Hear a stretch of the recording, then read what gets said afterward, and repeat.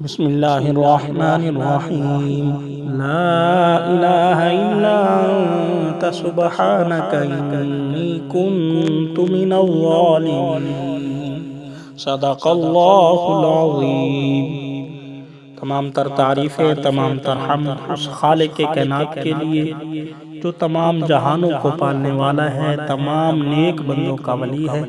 میں گواہی دیتا ہوں کہ اللہ تبارک و تعالیٰ کے سوا کوئی بھی معبود برحق نہیں، اور میں اس بات کی بھی گواہی دیتا ہوں کہ محمد مصطفیٰ احمد مجتبیٰ اللہ تبارک و تعالیٰ کے بندے اور آخری رسول ہیں۔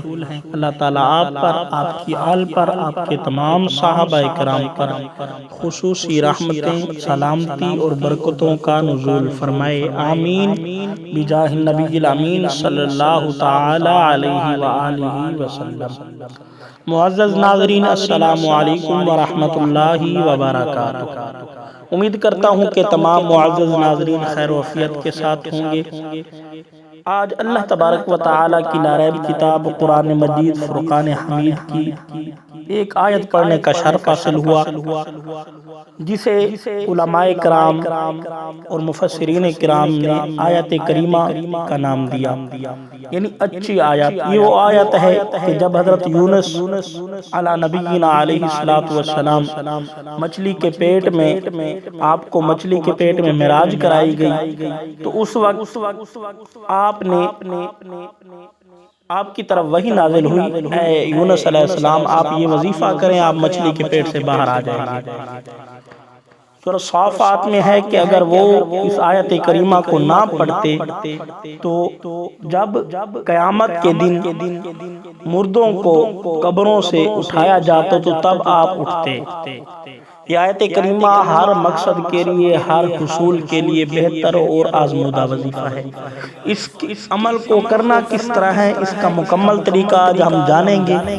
ویڈیو میں جانے سے پہلے اگر آپ چینل پر نیو ہیں تو چینل کو سبسکرائب کر دیں، بیل کے بٹن کو دبا دیں تاکہ اس طرح کے مزید وظائف آپ لوگوں کو بآسانی مل سکیں۔ معزز ناظرین، آپ نے کرنا یہ ہے، نماز عشاء کے بعد آپ نے سنتیں ادا کرنی ہے، 2 نوافل ادا کرنے ہیں۔ 3 وتر ادا کرنے سے پہلے آپ نے 313 بار اس آیت کریمہ کو پڑھنا ہے، لا الہ الا انت سبحانک انی کنت من الظالمین۔ اول آخر 11 بار درود پاک پڑھنا ہے، اور پھر وتروں کے بعد آپ نے 2 نفل ادا کر کے اپنے رب کے حضور گڑ گڑا کر جو بھی مطلب ہو، جو بھی حصول ہو، جو کچھ چاہیے ہو، جو بھی حاجت ہو، آپ اپنے رب کی بارگاہ میں آپ نے عرض کرنی ہے، گڑ گڑا کر عرض کرنی ہے۔ آپ دیکھیں گے کہ ہفتے کے اندر آپ کا جو وظیفہ ہوگا وہ پائے تکمیل تک پہنچ جائے گا، آپ کا مطلب بھی حل ہو جائے گا۔